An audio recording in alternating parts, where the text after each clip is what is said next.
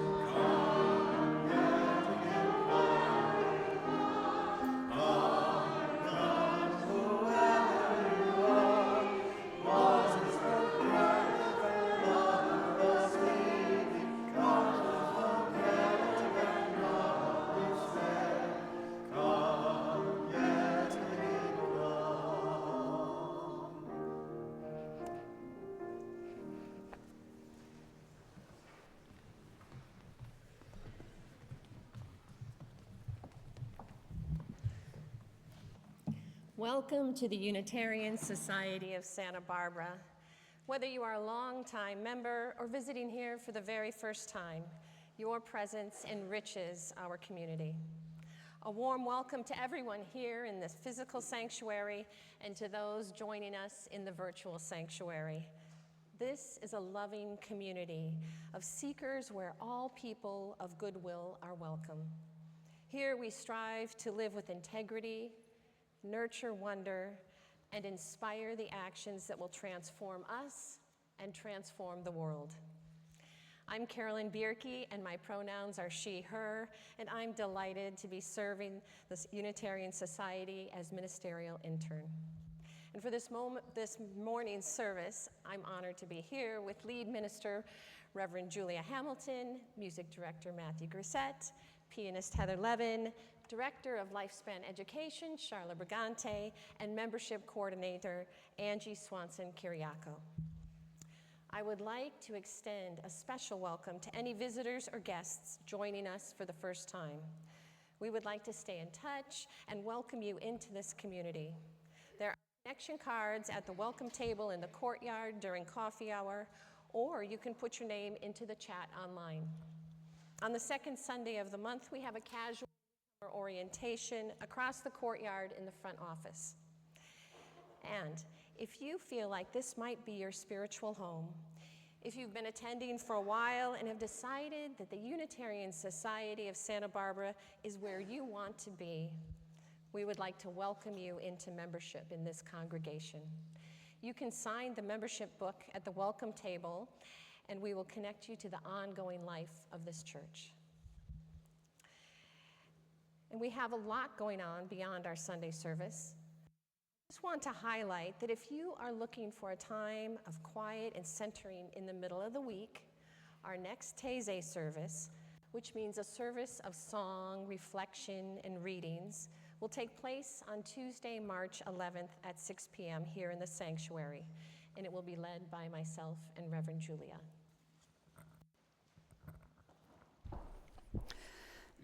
I have another invitation to offer you. This afternoon, after services starting at 11:30, we're going to be convening a community conversation around anti-racism work and where we go next as a congregation. The Anti-Racism Commission of the board has been working with the board for many years to figure out how we live into our commitment to anti-oppression and anti-racism work here at the Unitarian Society. And you might have noticed that the landscape has been changing rather rapidly over the past month or so. And so they decided they wanted to hear from you as a congregation, what your questions, what your fears, what your hopes might be for this work that we carry into the future, which means we need to hear from you. So there are 3 opportunities to participate in these community conversations. The first is at 11:30 in Parish Hall. Rumor is there'll be snacks, so if that entices you, please join us. There's also an opportunity online on Zoom for those of you who are joining us online. It'll be Wednesday evening at 5 o'clock. And there's another in-person opportunity on Friday at 10 a.m. here in Parish Hall in person. That's when our Justice and Equity team typically meets online for their Zoom conversation. We're going to be doing it in person on Friday at 10. So we hope that you can find one of these opportunities to share your thoughts and experiences as we discern our way forward as a community. There's a lot going on in our lives and in this community, so I invite you to take a breath, to settle yourself wherever you are, to allow yourself to be fully present to this moment, to our time together as we ring our bell and let the sound connect us.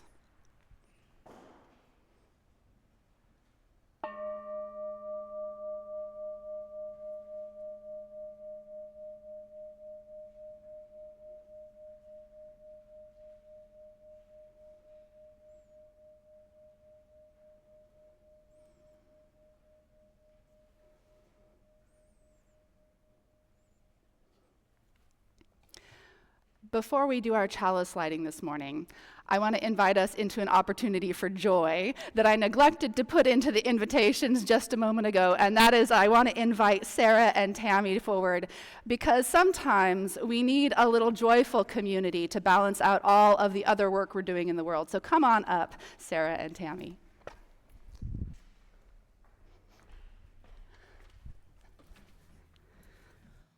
What a lovely dress you have on, Sarah. Well, thank you. I got this at the Fashion Fling last year. That's our annual youth clothing fundraiser. Oh, well, that reminds me. This year's Fashion Fling is coming up, right? That's right. It will be on March 14th, 15th, and 16th. I believe the dates are in your order of service. And in your email. We're going to need some help this year, which is why we're up here. First, we need donations of gently used clothing. This is a great time to go through your closet and get rid of anything that no longer sparks joy. And this year we are accepting clothing from all genders and ages, but it needs to be consignment shop quality. We're also going to need help from volunteers before, during, and after the event. And it's a lot of fun, and you end up getting first crack at amazing outfits like this. Finally, we need your help getting the word out. Please tell your family, your friends, your neighbors, your coworkers, even your enemies. Yes. Donations begin the week of the event. Did we mention that everything will be at bargain prices, which is great for teachers like us? We'll be out in the courtyard today during coffee hour to answer questions and help sign volunteers up for this super fun event. See you there.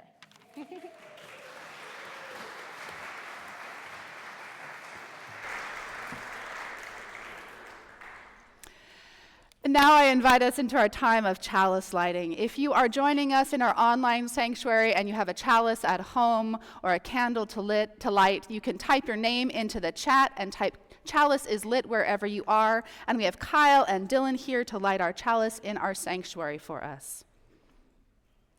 We light this chalice in honor of those who risk everything to shelter the vulnerable and for those who stand against injustice. This flame burns as a quiet beacon of refuge in dark times, a signal that hope is alive. May it remind us that resilience is not only in great acts, but in the steady courage of kindness, the fierce protection of the oppressed, and the unyielding light of justice. May we be bearers of this flame, bringing light where there is shadow and love where there is fear.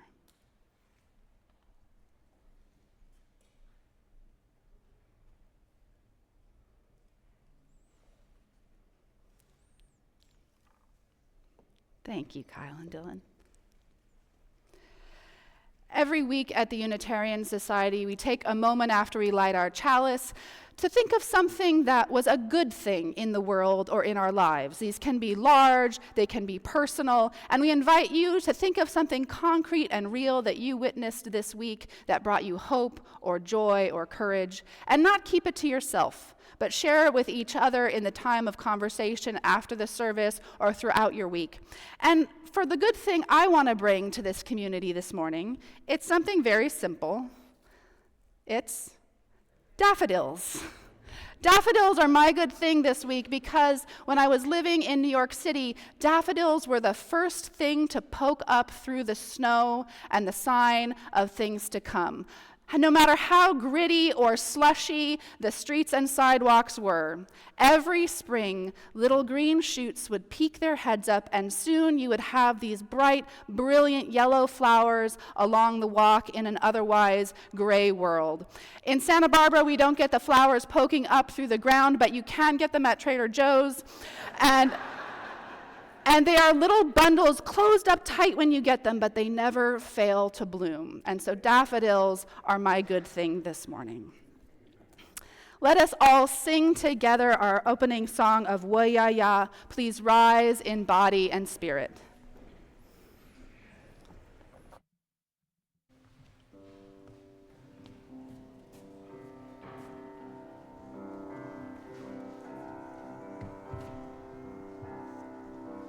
We are going, heaven knows where we are going, but we know within, and we will get there.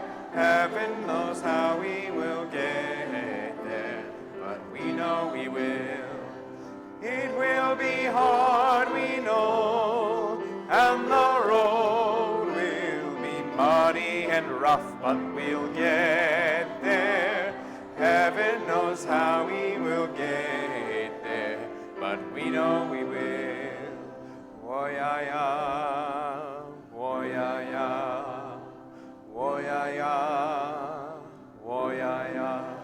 We are going, heaven knows where we are going, but we know within, and we will get there. Heaven knows how we will get there, but we know we will.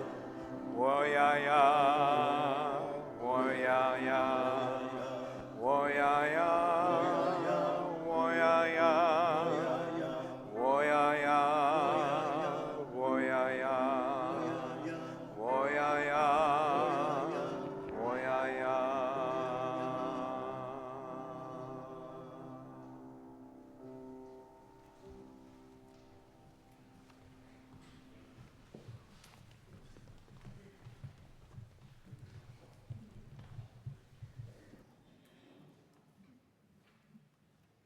Good morning. It is that time in our service for a story. So if you like to sit on the stairs, come on up.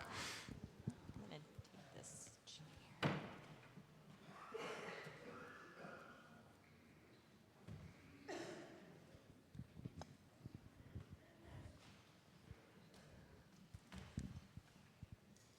Good morning. Good to have you all.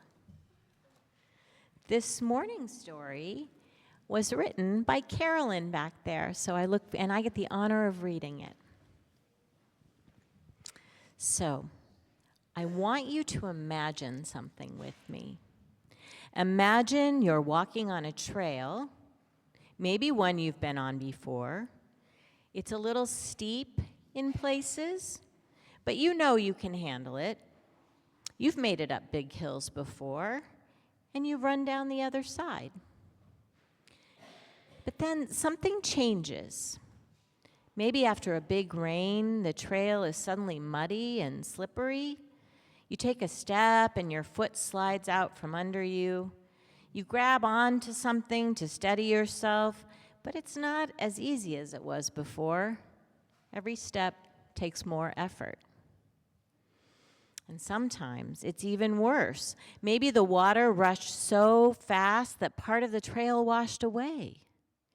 Maybe the little bridge across the stream is gone. You were sure you knew the way forward, but now it feels impossible. How does that feel to you? Well, that feeling of the ground shifting, of losing your balance, that's how a lot of people feel when something they've worked hard for suddenly disappears. A long time ago, there were women who wanted to vote. They paid taxes, like everyone else. They worked hard, raised families, and helped their communities. But when it came time to vote for the people who made the laws, they were told no. That's hard to believe, huh? Still, they didn't give up. They gathered in homes and churches. They wrote letters. They marched in the streets. And then, after the Civil War, a new law was passed to give more people the right to vote. The women thought, finally, we'll be included. But when the law was written, they were left out. It felt like they had walked for miles toward a bridge, only to find it had been washed away. Some were tired, some were angry, some wanted to turn back. But then something happened. Instead of giving up, they built another way forward. Some, like a woman named Alice Paul, stood outside the White House holding signs and demanding that the president listen. Even when they were arrested, they didn't stop. Some, like Ida B. Wells, knew that black women were being ignored. She pushed forward anyway, refusing to stay silent, demanding that all women be included. Some, like Susan B. Anthony, spent her whole life fighting for the right to vote and never got to see it happen. But she helped lay the path for others to follow. It took more than 50 years after the Civil War, but finally, in 1920, women won the right to vote. And still, the work continued. Sometimes the ground beneath us shifts, and we feel lost. But even when it seems like we're sliding backward, that doesn't mean the journey is over. It just means we have to find another way across. Maybe we build a new bridge. Maybe we forge a different path. Maybe we help each other, step by step, until we find steady ground again. I say we do all those things, Carolyn. So if you ever feel like the world isn't as steady as it used to be, maybe some of you are feeling that right now, remember, you are not alone. Others have felt this way before, and they found a way forward. And we will, too. That's our time for all ages. Matthew, let's sing our children out.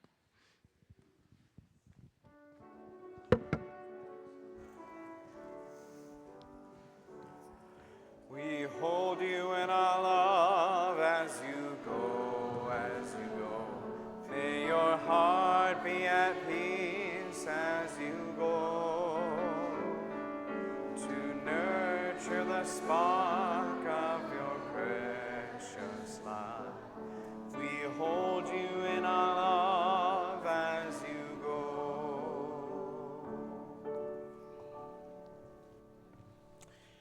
And now I invite our board president, Lorraine Woodman, up for a message. Good morning. As Carolyn said, this year I have the honor of being the president of the Board of Trustees. And I wanted to invite you on behalf of the, can you hear me now? Well, let me try again. Is that better? Okay, thank you. Unitarians always speak up. So anyway, I wanted to take this opportunity to invite you all to the Board of Trustees meeting. Everybody's always welcome. Now, you may think that is not the most exciting invitation I've ever received, but you might, it actually might be.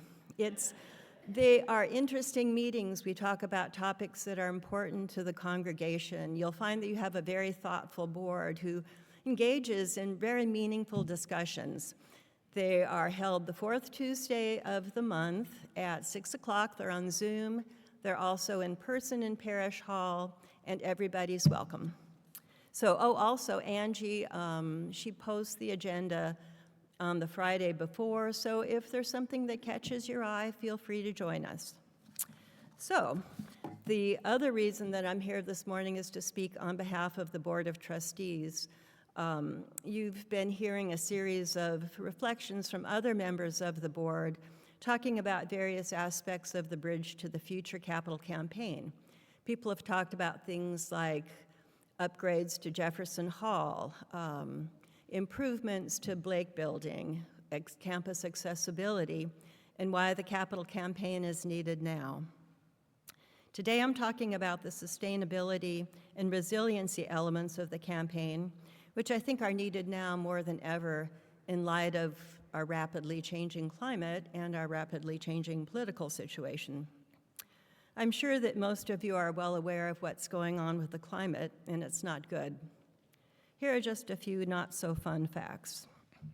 Last month, the world experienced its hottest January on record. 2024 was the hottest year on record. Before that, 2023 was the hottest year on record. In fact, the 10 hottest years on record have occurred in the last decade. Nearly 600 people in the U.S. died last year as a result of climate-related events. And the costs of climate-related disasters in the U.S. have skyrocketed. Between 1980 and 2023, an average of 9 events exceeding $1 billion occurred each year. The annual average for the most recent 5 years is 23 events. The total cost of disasters that exceeded $1 billion since 1980 is now about $3 trillion. $3 trillion we're spending on that. Moving on, I do not have strong enough words to convey my horror at what the current administration is doing to our country, at least not that I can use in this sacred space. I won't use his name, but you know who I'm talking about. Among the abominations related to climate change, he ordered the U.S. Department of Homeland Security, which includes FEMA, who is responsible for dealing with climate disasters, to immediately stop work connected to climate change and to get rid of climate-related terms. I am not making this up. He fired or put on administrative leave countless federal experts who deal with climate change and environmental justice. He told U.S. government scientists to stop working on the next report from the Intergovernmental Panel on Climate Change, which is the world's leading scientific authority on this issue. The reports that they prepare document in detail the global effects of climate change and steps people can take to address them. He has drawn from the Paris Climate Agreement again. He wants to increase fossil fuel drilling, and he wants to eliminate all incentives to go green. I'm sure there's more, but you get the picture. As an aside, I have to say it is beyond ironic that in the ostensible effort to reduce waste in our government, the person who shall not be named is taking steps that will exacerbate the already high cost of climate-related disasters. So what can we do against this backdrop? I know we are not going to solve climate change just on our own, but I think our UU values and principles require us to do everything that we can. Our eight principles include respect for the interdependent web of all existence. The UUA Statement of Shared Values includes protecting the earth from exploitation. And our own mission statement includes caring for the earth and its rich web of life to protect it for current and future generations. And this is something that we want to do. In the visioning process leading up to the capital campaign, many people talked about wanting our buildings to reflect our values. Others talked more specifically about wanting to make improvements to ensure that we reduce our carbon footprint. Things like installing more solar panels and putting in battery storage, heat pumps, and mini splits. Carbon-free USSB is a slogan suggested by one person. Another said, I dream of a USSB that does as much as possible to reduce its impact on the Earth's resources. I love that one. Another wants the Unitarian Society to be an ecological sustainability center that would be a model for our community. Yet others want us to be able to serve as a potential refuge in time of natural disaster, a community sanctuary as we will face the uncertainties ahead. Our building team is working hard to make these dreams a reality. With the addition of more solar panels plus heat pumps and mini splits, we can minimize or eliminate our use of fossil fuels and make our buildings more comfortable for everyone who uses them and save us money in the long run. With the addition of battery storage, we could serve as a resilience hub, ready to help our congregation and community in times of disaster. At one point in the recent LA fires, close to 200,000 people were under evacuation orders. We too live in a fire-prone, flood-prone area that is also getting a heck of a lot warmer than it used to be. It would not be surprising for a climate-driven event to happen here, requiring our neighbors to seek shelter. What I heard in the visioning process is that this congregation cares deeply about environmental sustainability and about being of service to our community in times of crisis. This is where our values lead us. This is who we are. Our capital campaign is how we can make this happen. So save the date for Sunday, March 16th, when we will be sharing an update from the building team about the work they've been doing, including a first look at some renderings from our architect. I've seen them, and I'm really excited. The whole board is really excited about these, and I think that you will be too. Thank you.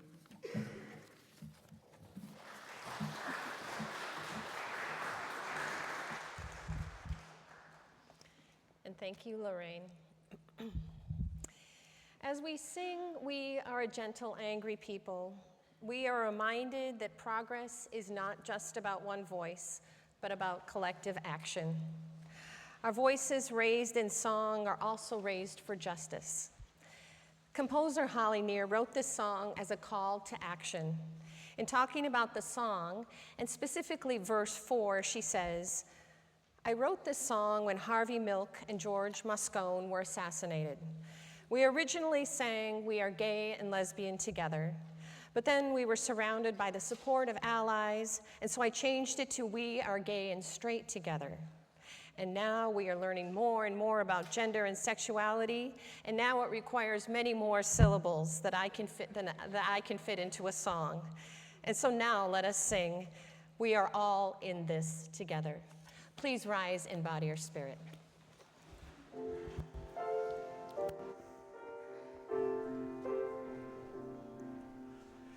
We are a gentle, angry people, and we are singing for our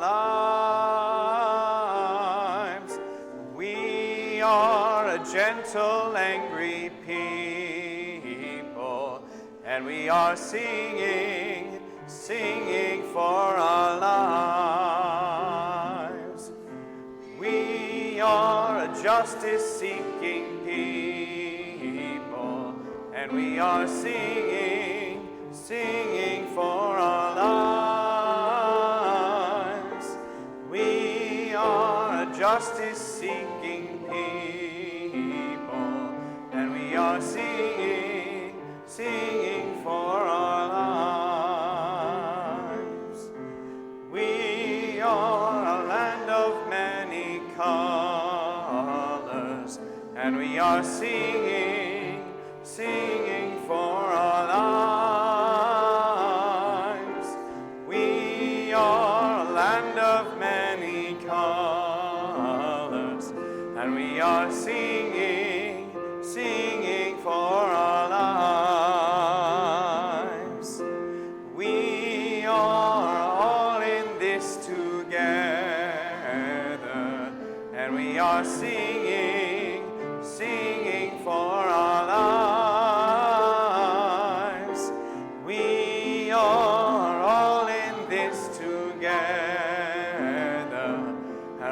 are singing, singing for our lives. We are a gentle, loving people, and we are singing, singing for our lives. We are a gentle, loving people, and we are singing, singing for our lives.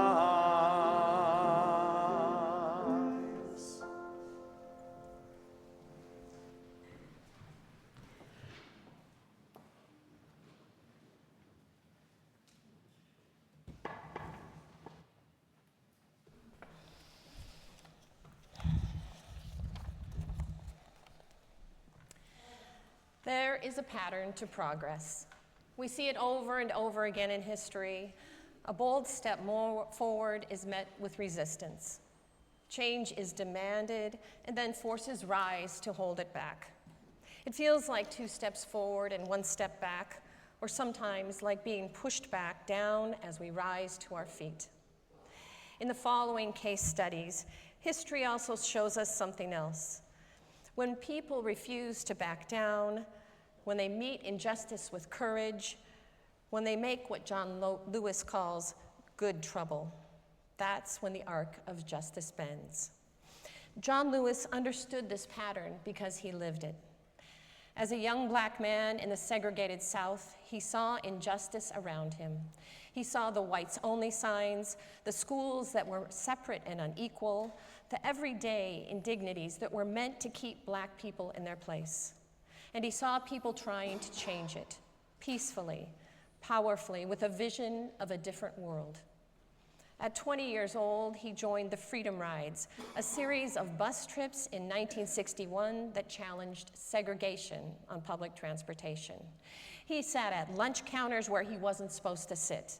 He marched for the right to vote, and in 1963, he spoke at the March on Washington, where Reverend Dr. Martin Luther King Jr. delivered his I Have a Dream speech. And at every turn, he met resistance. And one of those moments happened on the Edmund Pettus Bridge while marching from Selma to Montgomery, Alabama. John Lewis and some 100 others were marching for voting rights. The law said black citizens had the right to vote, but in reality, they were blocked by poll taxes, literacy tests, and intimidation. So they marched. They started across the bridge, knowing that on the other side, state troopers were waiting. They did not turn back. When they reached the other side, the troopers attacked. Clubs, tear gas, men on horseback. John Lewis was knocked to the ground. His skull was fractured. But in the chaos and in the violence, something happened. The world was watching. People across the country saw what was happening, and they could not look away. And instead of stopping the movement strengthened it. The resistance had come, as it always does. But instead of letting it stop them, they pushed back harder and they made good trouble. And that moment on the bridge led directly to the passage of the Voting Rights Act of 1965. John Lewis called it good trouble because he understood something that can easily be forgotten. Resistance is part of progress. When injustice is challenged, it pushes back. When voices rise up, there are always those who want to silence them. When we take steps forward, there will be moments that try to knock us back. But progress isn't about winning a single fight. It's about standing our ground when the pushback comes. It's about making good trouble even when it costs something. It's tempting to believe that we are losing, but history tells us otherwise. History tells us that this is a pattern, because when we stand our ground, when we push back, when we make good trouble, change comes. When Carolyn shared with me the idea of a service with stories about good trouble, I was so glad to think about what I might want to bring into this conversation.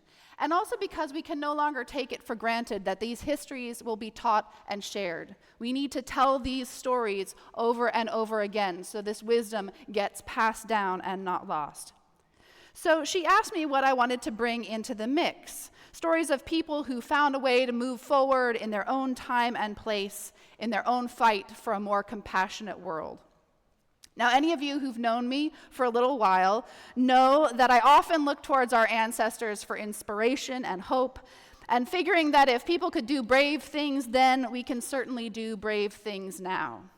And there are so many stories of fierce compassion and creative courage in our history. But this time when Carolyn asked me what I wanted to share, instead of choosing something that I already knew a lot about, something tickled in the back of my brain. This vague memory of a protest in Washington, D.C. that took place when I was about 13 years old. A recollection of a photograph I had seen somewhere in my life. A photograph of people leaving wheelchairs and crutches behind at the steps of the Capitol building to pull themselves up to demand equal access and treatment from a society that had almost no civil rights protections at the time for people with disabilities. So I did a little digging to try to follow that little tickling in my brain of this photograph that I remember, and I found out that in just a few weeks, on March 12th, we will arrive at the 35th anniversary of the Wheels of Justice March and the Capitol Crawl. It was 1990. And the Americans with Disabilities Act had gotten stalled in Congress. And until the ADA came along, there was nothing to protect people with disabilities from discrimination, segregation, and exclusion in workplaces and schools, in hospitals and civic spaces, and transportation. And after years and years of coordinated advocacy on this issue, legislation was finally being written, but it was moving very slowly. And so, tired of waiting, on March 12th, hundreds of disability activists arrived in D.C. in a long march all the way to the steps of the Capitol, and then about 60 people left their wheelchairs or crutches. Some of them actually carried it with them, their aids, and they pulled themselves up the steps one at a time until they got to the top. And some of you may remember this.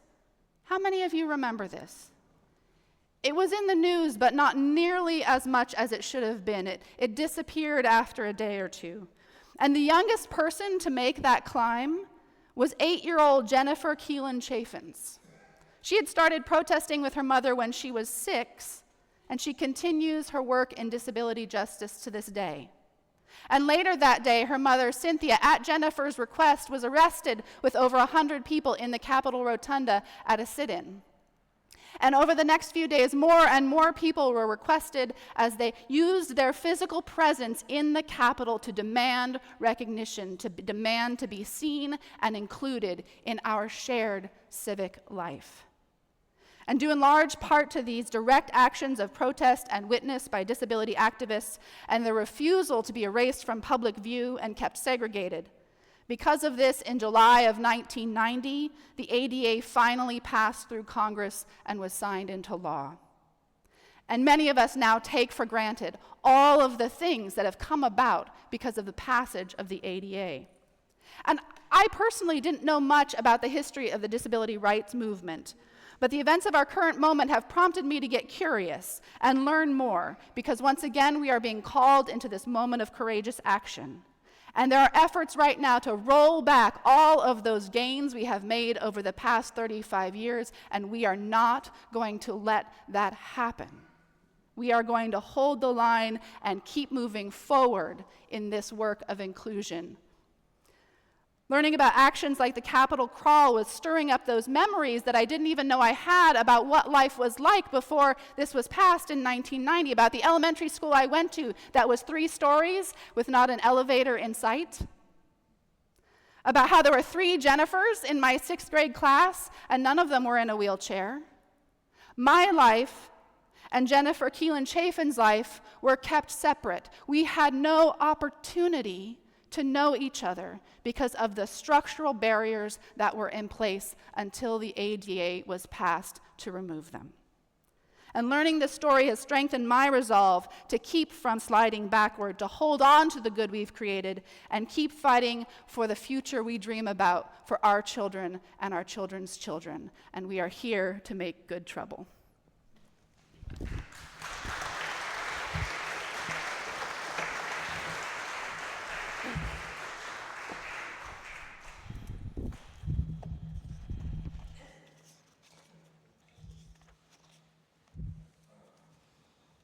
Let us enter into a time of stillness where we can allow ourselves to rest.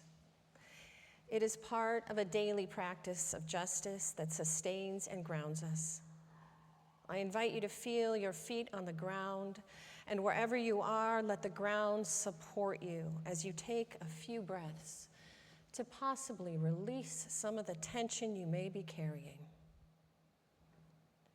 And hear these words by Jane Hirschfield. More and more I have come to admire resilience. Not the simple resilience of a pillow whose foam returns over and over to the same shape, but the sinuous tenacity of a tree. A tree finding the light newly blocked on one side, it turns to another. A blind intelligence, true, but out of such persistence arose turtles, rivers, mitochondria, figs, all this resinous, intractable earth. We move forward, we stand firm, and we pause. Because we need time together to gather our strength. This act of justice is not a one-time act of courage. It is a steady practice, a rhythm we must return to day by day. And we must create this space to renew ourselves, time to rest, to breathe, to remember the deeper calling that brought us here. We are not on this path alone. Let us enter into a time of stillness.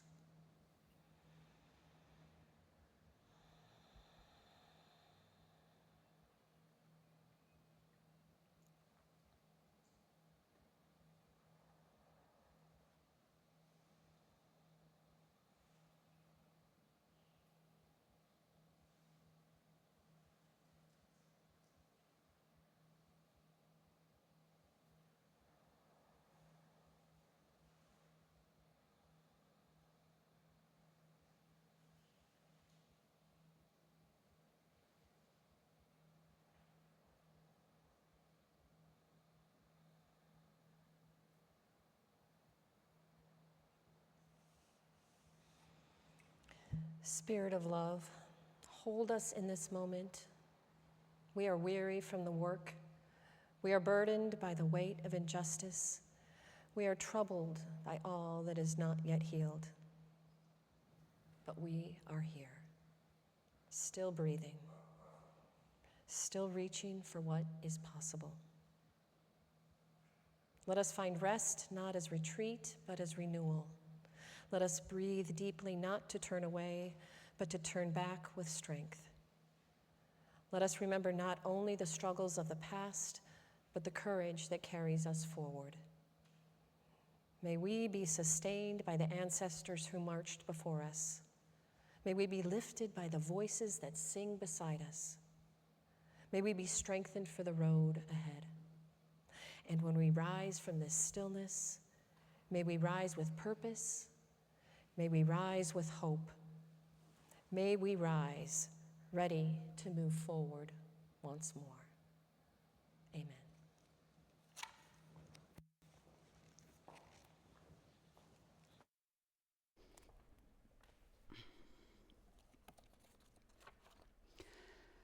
Every month here at the Unitarian Society, we partner with a project or program that lives our values in the world, and we give away a portion of our offertory to support that work.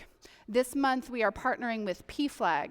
PFLAG is an organization that centers LGBTQ justice and brings friends and allies and family members and co-conspirators into the work together in this important area of our lives. We have a long-standing relationship with PFLAG and a lot of our justice partners here in Santa Barbara. And so in addition to supporting this work of PFLAG, I also want to invite you on March 1st, which is next Saturday at noon, to a rally in support of our transgender community. We will be celebrating and honoring the gifts of our transgender community here in Santa Barbara and showing up. And so I invite all of you to show up, to be present physically together in community. If you can be there, join us on March 1st at De La Guerra Plaza. And let us read together our affirmation of gratitude and giving. Let us be grateful when we are able to give, for many do not have that privilege. Let us be grateful for those who share their gifts with us, for we are enriched by their giving. And let us be grateful even for our needs, so that we may learn from the generosity of others.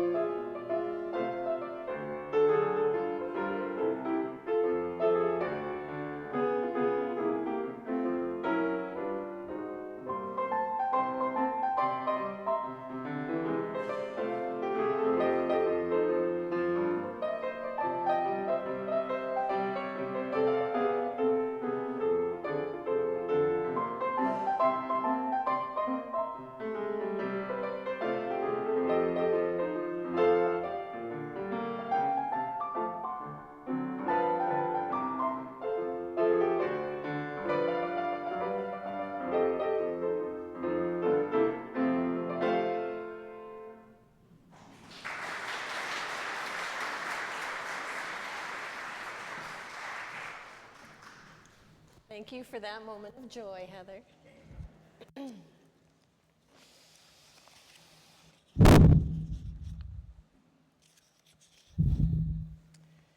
Change disrupts. It unsettles the status quo, threatens old systems, and demands something new. And when it does, resistance follows. The AIDS Coalition to Unleash Power, known as ACT UP, was a grassroots movement that protested the AIDS epidemic in the 1980s and 90s. When they took to the street demanding urgency in the face of crisis, they were ridiculed, called too radical, too disruptive. And yet, without their boldness, without their refusal to be ignored, life-saving treatments would not have come as quickly as they did. Through nonviolent protests, targeted demands, and relentless education, they achieved lasting victories in medical treatment and healthcare access. Their pain and persistence saved lives, even as many did not live to see the full impact of their fight. And when the forces of injustice dig in, when progress seems to stall, as in this moment, are we losing ground? History shows us that this pattern is not a sign of failure, it is part of the process. The pushback always comes. It came for the abolitionists and the suffragists. It came for the civil rights movement and disability justice. And over time, it is the weight of persistence that bends the arc a little further towards justice. The environmental movement, too, has seen these patterns. After early victories in the 1970s, the Reagan era brought deregulation and setbacks, but activists kept going. They built movements, they educated, they lobbied, and because they did, the groundwork was laid for global climate agreements and the policies we are fighting for today. Progress moves like the ocean, surging forward, pulling back, gathering force once more. There is a rhythm to this work. We move forward, we stand firm, and we pause. Not because the work is done, but because we need time to gather our strength. We need time to listen to those around us and to listen to our bodies. Author Adrienne Maree Brown reminds us that movements are living ecosystems, not machines. She writes, "Small is good. Small is all. The large is a reflection of the small." The work we do in community, the way we tend to one another, ripples outward. Our resistance isn't only in the large moments of protest, although they are valuable. It is also in the daily acts of care for ourselves and each other, of refusing to give in to despair. And that integral part of resistance is our rest. Tricia Hershey, in her book Rest is Resistance, called rest a portal for healing, for imagination, for resistance. She reminds us that exhaustion is not the price of justice. In a culture that demands we be constantly productive, pausing is itself an act of defiance. Resting is not quitting. It is what allows us to keep going. And that's why we must create this space to renew ourselves, time to reflect, to breathe, to remember the deeper calling that brings us here. One space for that renewal is that Tuesday evening Taizé service I was telling you about on March 11th, an opportunity to pause, reflect, and renew. We need time to hold each other in love and struggle, to remember that we are not walking this path alone. This is a practice of justice. It is in many ways, it's many acts that weave a tapestry of care and transformation. This commitment we make daily, even when the path ahead is uncertain. And when we sing, we remember the voices that carried this struggle before us. And we lean on the wisdom of those who faced the same storms, the same heartbreak, and still pressed on. Then we too find the strength to take one more step. And so we keep going. We listen for the rhythm, for the voices that call us forward. We plant seeds that we may never see grow. We hold each other up when the road is long. And even when the path is uncertain, even when exhaustion creeps in, we are not alone. In this, there is strength. In this, there is renewal. In this, there is hope. Let us keep moving forward again and again, for the work is not finished, but neither are we. So let us rise, renewed and recommitted, as we sing, "Keep on Moving Forward."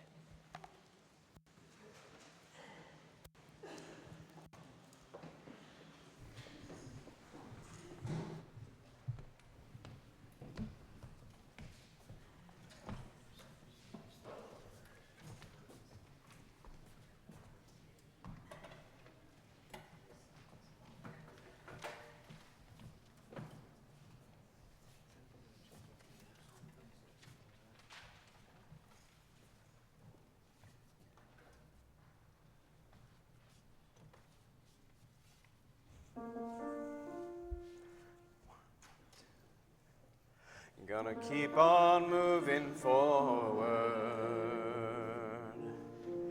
Keep on moving forward.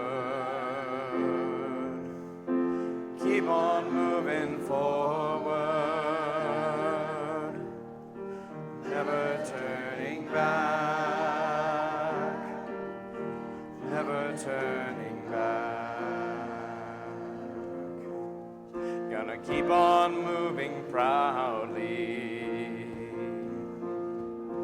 Keep on moving proudly. Keep on moving proudly. Never turning back. Never turning back.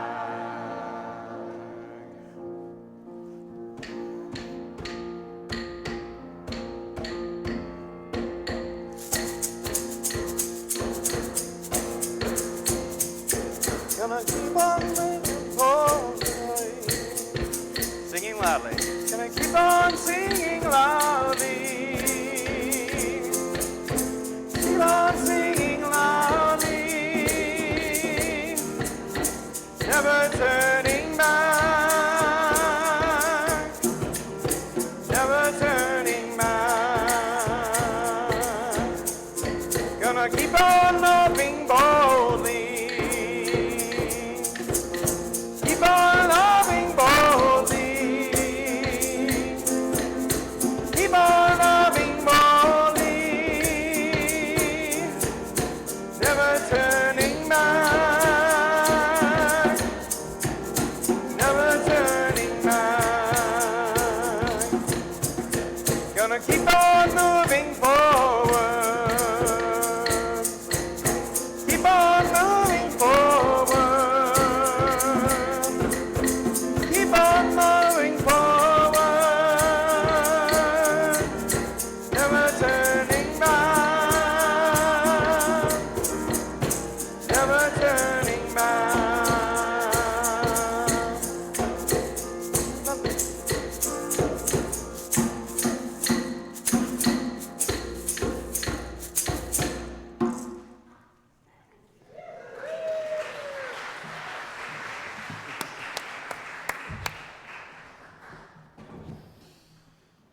May we go forth with courage.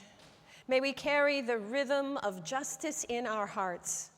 May we find strength in one another, renewal in rest, and hope in the work yet to be done. And when the road is long, may you know you do not walk it alone. And when the way is uncertain, may you trust that every small act of care, of resistance, of faith ripples outward. And may we keep on moving forward again and again with love as our guide. Go in peace, go in power, go in love. And let us call out a blessing.